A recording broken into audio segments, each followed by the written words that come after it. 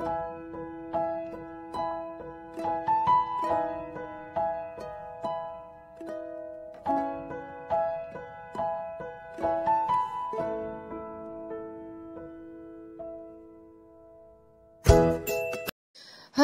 Welcome to Shweta's vlog. So ನಾನು ಈ tattoo ಮಾಡಿಸಿ 2-3 ವರ್ಷ ಆಯಿತು. ಸೊ ಇದಕ್ಕೆ ಏನೋ ಒಂದು ಕ್ಲೋಸರ್ ಇರಲಿಲ್ಲ. ಅಂದರೆ ಪಪ್ಪಿ ಅಂದರೆ ನನ್ನ ಒಂದು ಪೆಟ್ ನೇಮು. ಬಟ್ ಈ ಪಿಕ್ಚರ್ ನನಗೆ ನೋಡಿದಾಗೆಲ್ಲ ಅನ್ಸೋದು ಏನಕ್ಕೆ ಅಂತ, ಇದು ನೋಡಿ ಇದಕ್ಕೆ. ಸೊ ಇದು ನಮ್ಮ ಕ್ಯೂಟ್ ಲಿಟಲ್ ಪಾಂಡ ಅಂತಾನೆ ಹೇಳ್ಬೋದು.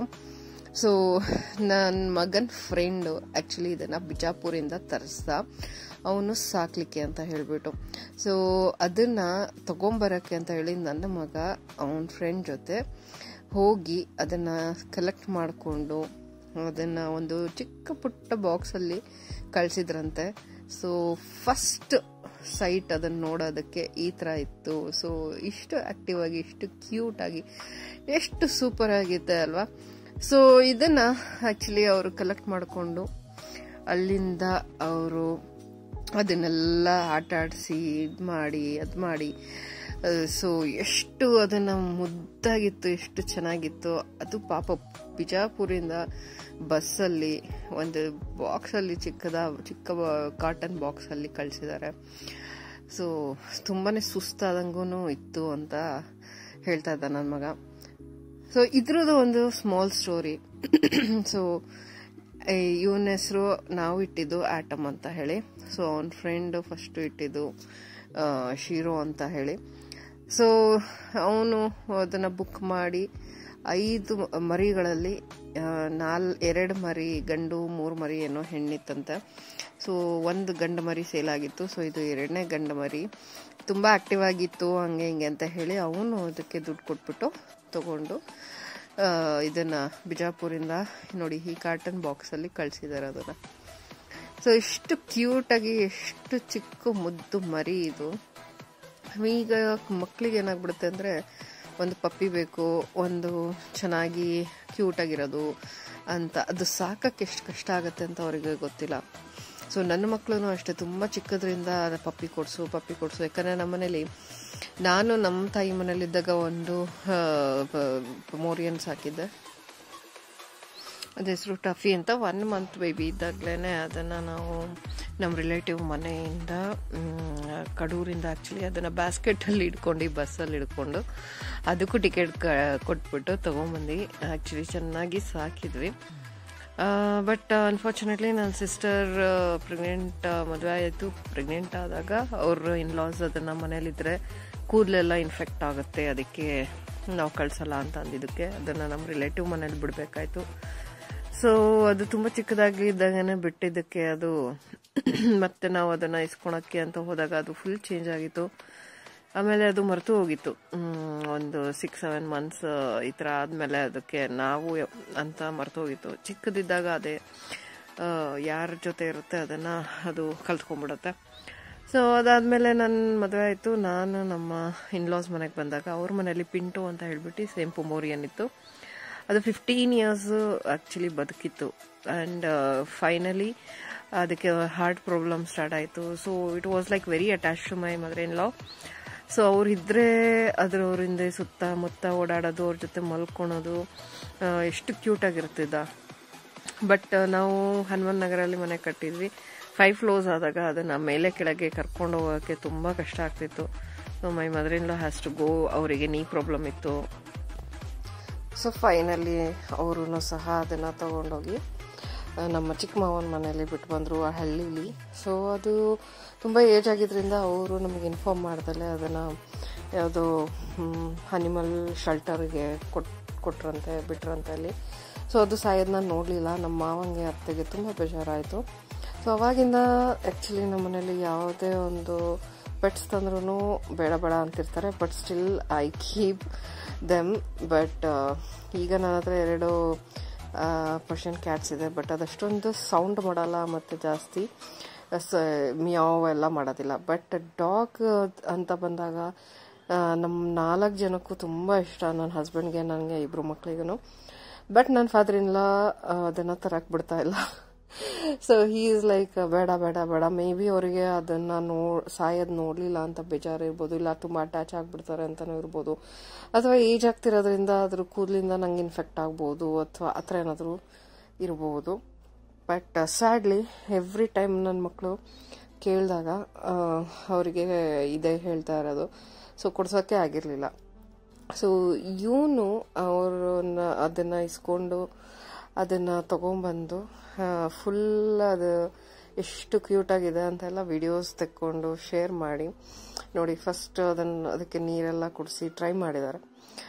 ಸೊ ಈ ಒಂದು ಚಿಕ್ಕ ಪಪ್ಪಿ ನನಗೆ ಗೊತ್ತಿತ್ತು ಆ ಹುಡುಗನ ಕೈಲಿ ಇಟ್ಕೊಳಕ್ ಆಗೋದಿಲ್ಲ ಅಂತ. ಐ ಟೋಲ್ಡ್ ಹಿಮ್ ಆಲ್ಸೋ ತಗೋಬೇಡ ಆಗಲ್ಲ ಅಂತ. ಬಟ್ ಇಲ್ಲ ಆಂಟಿಗೆ ನಾನು ಒಬ್ಬನೇ ಇರ್ತೀನಿ, because he doesn't have mother. So father ಜೊತೆ ಮಾತ್ರ ಇರೋದು, ಹಾಗಾಗಿ ಸ್ವಲ್ಪ ಬೋರ್ ಆಗುತ್ತೆ, ಅದಕ್ಕೆ ತಗೋತೀನಿ ಅಂತ ಹೇಳ್ದ. ಬಟ್ ಎನಿವೇಸ್ ಏನು ಮಾಡೋಕ್ಕಾಗತ್ತೆ ಅಂತ ಹೇಳಿ ಅದನ್ನು ತಗೊಂಡು ಸಾಕಕ್ಕೆ ಟ್ರೈ ಮಾಡೋಣ ಅಂತ ಹೇಳ್ದ. And he bought it also. But ಒಂದಿನ ಆದಮೇಲೆ ಅವನಿಗೆ ಅದನ್ನು ನೋಡ್ಕೊಳಕ್ಕಾಗಿಲ್ಲ. ಯಾಕಂದರೆ ಒಂದು ಚಿಕ್ಕ ಪುಟ್ಟ ಮಗು ಹೇಗಿರುತ್ತೆ ಹುಟ್ಟಿದಾಗ ಅದೇ ಥರ ಇವನ್ ನಾಯಿ ಮರಿ ಆಗಿರ್ಬೋದು, ಬೆಕ್ಕಿನ ಮರಿ ಆಗಿರ್ಬೋದು, ಯಾವುದೇ ಆದ್ರೂ ಅಷ್ಟೇ ಕೇರು, ಅಷ್ಟೇ ಪೇಷನ್ಸಿಂದ ಅದಕ್ಕೆ 2 hours ಊಟ ತಿನ್ಸೋದಾಗಲಿ, ಮಧ್ಯೆ ಮಧ್ಯೆ ಹೆದ್ದಿ ನೋಡ್ತಾ ಇರಬೇಕು. ಆಮೇಲೆ ಅದನ್ನು ಅಷ್ಟೇ ತುಂಬ ರೆಸ್ಲೆಸ್ ಆಗಿ ಓಡಾಡ್ತಿರತ್ತೆ. ಯಾಕಂದರೆ ತಾಯಿಯಿಂದ ದೂರ ಬಂದಿರುತ್ತೆ, ಏನು ಇತ್ತ ಅಂತ ಗೊತ್ತಾಗ್ತಿರಲ್ಲ, ಹಾಲು ಕುಡ್ಕೊಂಡಿರುತ್ತೆ. ಸಡನ್ನಾಗಿ ನಾವು ಕರ್ಕೊಂಬಂದಾಗ ಅದಕ್ಕೆ ಅಡ್ಜಸ್ಟ್ ಆಗೋಕ್ಕೆ ಟೈಮ್ ಬೇಕು. ಸೊ ಇದೆಲ್ಲ ತುಂಬ ಕೆಲಸ ಇದೆ. 2 hours 1 hour, ಮತ್ತು ಅದಕ್ಕೆ ಏನಾದರೂ ನಿದ್ದೆ ಬರ್ತಿಲ್ಲ ಅಂದರೆ ಆಟ ಆಡಿಸ್ಬೇಕು. ಸೊ ಇದೆಲ್ಲ ತುಂಬಾ ಕಷ್ಟ ಇದೆ. ಸೊ ಅವನಿಗೆ ಅದೆಲ್ಲ ಗೊತ್ತಿಲ್ಲ. ಸೊ ನಾನು ಲೈಟಾಗಿ ಹೇಳಿದೆ ಅವನಿಗೆ. ಬಟ್ ಹಿ ವಾಸ್ ಅಡಮೆಂಟ್, ಇಲ್ಲ ತಗೋತೀನಿ ಅಂತ. ತೊಗೊಂಡಿದ್ದು ಆಯಿತು, ತೊಗೊಂಬಂದಿದ್ದಾಯಿತು, ಒಂದಿನ ನೋಡ್ಕೊಂಡಿದ್ದು ಆಯಿತು. ನೆಕ್ಸ್ಟ್ ಡೇ ಅವನ ಕೈಲಿ ಆಗಲಿಲ್ಲ. ಈ ಅಂಡರ್ಸ್ಟುಡ್ ಹೌ ಇಟ್ ಈಸ್, ಎಷ್ಟು ಕಷ್ಟ ಇದೆ ಅಂತ ಹೇಳಿ. So he gifted it to my son. So ನನ್ನ ಮಗಂಗೆ ಚಿಕ್ಕದ್ರಿಂದ ನಾಯಿ ಮರಿ ಕೊಡಿಸು. ಆ್ಯಕ್ಚುಲಿ ವಿ ಲವ್ ಆ್ಯನಿಮಲ್ಸ್ ಎಲ್ಲರೂ, 4 ಜನನು. ಸೊ ಅವನಿಗೆ ಹಂಗದು ಕೊಟ್ಟ ತಕ್ಷಣನೇ he paid some amount and he was very happy. ನನಗೆ ಅಂತೂ ಇಂತೂ ಡಾಗ್ ಸಿಕ್ತು, ಪಪ್ಪಿ ಸಿಕ್ತು ಅಂತ ಹೇಳಿ ತೊಗೊಂಬಂದಿದ್ದಾನೆ. ಬಟ್ ಇಲ್ಲಿ ತೊಗೊಂಬಂದ್ರೆ ಇನಿಷಿಯಲಿ ಫಾದರ್ ಇನ್ ಲಾಗೆ ಕೇಳ್ಬಿಟ್ಟೆ ಇಟ್ಕೊಂಡ್ರು. ನನ್ನ ಕಣ್ಣಿಗೆ ಕಾಣಿಸಿಲ್ಲ ಅಂದರೆ ಓಕೆ, ಬಟ್ ಕಾಣಿಸ್ಬಾರ್ದು ಅಂತ ಹೇಳಿದರು. ಯಾಕಂದರೆ ನಾನು ಅಷ್ಟೇ 2 ಕ್ಯಾಟ್ಸ್ನ ನಾನು ರೂಮಲ್ಲೇ ಇಟ್ಕೊಂಡಿರ್ತೀನಿ. As they are Persian cats, they don't make any sound, so it is fine.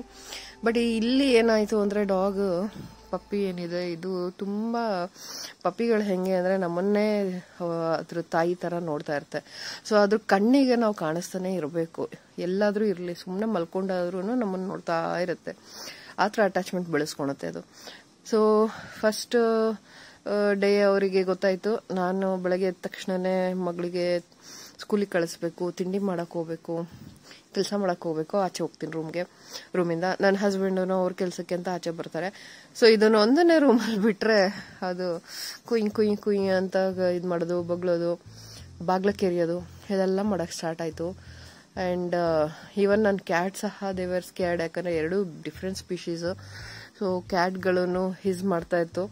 But gradually it started making friends with them. 2 ಅಷ್ಟೇ. ಓರಿಯೋ ನಂದು ಏನು ಫಿಮೇಲ್ ಕ್ಯಾಟ್ ಇದೆ, ಅದು ಸ್ವಲ್ಪ 1-2-3 ದಿನ ಹಿಸ್ ಮಾಡಿದ್ಮೇಲೆ she started looking after it. ಅಂದರೆ ಎಲ್ಲಾದರೂ ಅವನು ಸ್ವಲ್ಪ ಹೊತ್ತು ಕಾಣಿಸಿಲ್ಲ, ಬ್ಯಾಲ್ಕನಿಗೆ ಹೋದ ಅಂದರೆ ಹಿಂದೆನೇ ಹೋಗಿ ನೋಡೋಳು. ಅವಳು ಓಡಿ ಬರ್ತಿದ್ದಂಗೆ ಅವನು ಅವಳನ್ನು ಚೇಸ್ ಮಾಡಿಕೊಂಡು ಒಳಗಡೆ ಓಡಿ ಬರೋದು.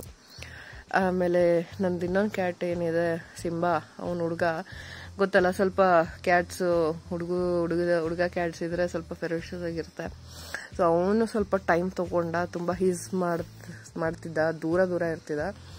But gradually he started getting connected to it. And ಅದಿದ್ರು ಓಕೆ, ತುಂಬ ಹತ್ರ ಹೋಗಿಲ್ಲ ಅಂದರೆ he was fine.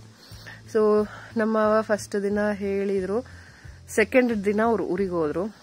So husband ಅವರು ಊರಿಗೆ ಹೋಗಿ ಒಂದು 5-6 ದಿನ 10 ದಿನ ಬರಲಿಲ್ಲ. ಸೊ ಇವನು ನಮ್ಮ ಜೊತೆ ಒಳ್ಳೆ ಚೆನ್ನಾಗಿ ಬೆರೆತುಬಿಟ್ಟ. And he become part of our life. So ತುಂಬಾನೇ ಚೆನ್ನಾಗಿತ್ತು, ತುಂಬಾ ಚೆನ್ನಾಗಿ ಅವನಿಗೆ ಟ್ರೈನ್ ಮಾಡ್ತಾ ಇದ್ದೆ. ಸ್ಟಾಪ್ ಅಂದ್ರೆ ಕಿಚನಿಗೆ ಬರ್ತಿರ್ಲಿಲ್ಲ, ಸ್ಟೇ ಅಂದ್ರೆ ಅಲ್ಲೇ ಕೂತ್ಕೋತಾ ಇದ್ದ, ಲೈಟಾಗಿ ಎಲ್ಲ ಕಲಿತಾ ಇದ್ದ. ಇವರಿಬ್ರು ನೋಡಿ ನೋಡಿ ಅವನು ಪಾಟಿ ಟ್ರೈನ್ ಲಿಟರಲ್ ಮಾಡೋದು ಕಲಿತಾ ಇದ್ದ. ಈ ತರ ಎಲ್ಲ ಹಾಕ್ತಾ ಇರುವಾಗ ಇವ್ರು ವಾಪಸ್ ಬಂದ್ರು. ಬಂದ್ಮೇಲೆ ನಮ್ಮವ ಇಲ್ಲ, ನಾಯಿ ಇದ್ರೆ ನಾನಿರಲ್ಲ, ನಾನು ಮನೆ ಬಿಟ್ಟು ಹೋಗ್ತೀನಿ, ನಾನು ಊಟ ತಿನ್ನಲ್ಲ ಅಂತ ಹೇಳಿ ಅವರು ಈ ತುಂಬಾ ಏಜ್ ಆದವರು ಒಂದು ಚಿಕ್ಕ ಮಗು ತರ ಆಡಕ್ ಶುರು ಮಾಡ್ಬಿಡ್ತಾರೆ. ಸೊ ಅವಾಗ ತುಂಬಾ ಕಷ್ಟ ಆಗುತ್ತೆ ಕಂಟ್ರೋಲ್ ಮಾಡಕ್ಕೆ ಅಥವಾ ನೋಡೋಕೆ. ಸೊ ಈ ತರ ಒಂದು 4-5 ದಿನ ಮಾಡಿ ಮಾಡಿದ್ಮೇಲೆ ನಮಗೆ ಅನ್ನಿಸ್ತು ಇದು ವರ್ಕೌಟ್ ಆಗಲ್ಲ. ಯಾಕಂದ್ರೆ ಅವ್ರದ್ದು ಹಠ ಬಿಡಕ್ ರೆಡಿ ಇಲ್ಲ. ನಾವು ಒಂದು ರೂಮಲ್ಲಿ ಅದನ್ನ ಇಟ್ಕೊಂಡು ಅದಕ್ಕೂ ಸರಿ ಹೋಗಲ್ಲ ಅನ್ಕೊಂಡು ಫೈನಲಿ ತುಂಬಾ ರಿಕ್ವೆಸ್ಟ್ ಮಾಡ್ಕೊಂಡ್ರು, ಅವ್ರು ಒಪ್ಕೊಳ್ಳಿಲ್ಲ. So we had to give it back. So ವಾಪಸ್ ಕೊಟ್ಬಿಡಪ್ಪ ತಗೊಂಡೋಗಿ ಅವನಿಗೇನೆ ಅಂತ ಹೇಳಿ ಒಂದು 10-12 ದಿನ ಏನಿತ್ತು, ನನಗಂತೂ ಸಖತ್ ಖುಷಿಯಾಗಿತ್ತು. I love dogs, I love animals. Next ವಿಡಿಯೋದಲ್ಲಿ ಹೇಳ್ತೀನಿ. Thanks for watching.